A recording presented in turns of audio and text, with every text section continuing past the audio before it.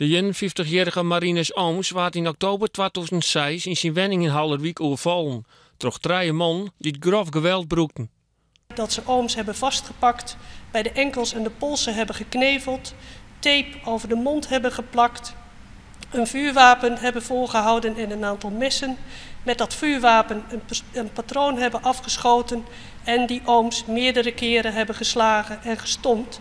Een van de oorvallers had Ooms daarna met een mes in de rug stutsen waarna het slachtoffer stoorn is.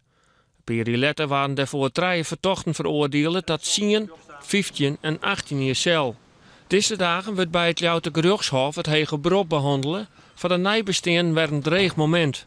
Bij sommige verklaringen van de verdachte mag u best weten, dan komt de adrenaline wel weer naar boven toe.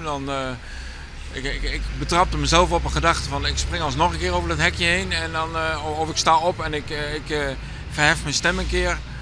Maar ik had toch zoiets van nee, dat is toch niet de weg en laten we dat maar niet doen. Zo hoop je dat de haatvertochte naast een celstraf ook TBS krijgt. De 24-jarige man, die het ook in Hallerwijk wennen had, werd toch de oren 2 aangewezen als de haatschuldige.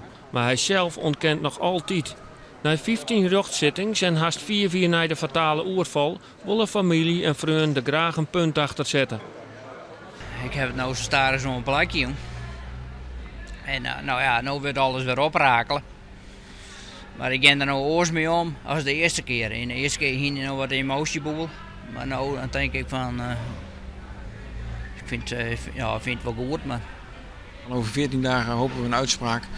En dan kan iedereen verder gaan met zijn leven. En ik denk dat Marinus niet anders had gewild.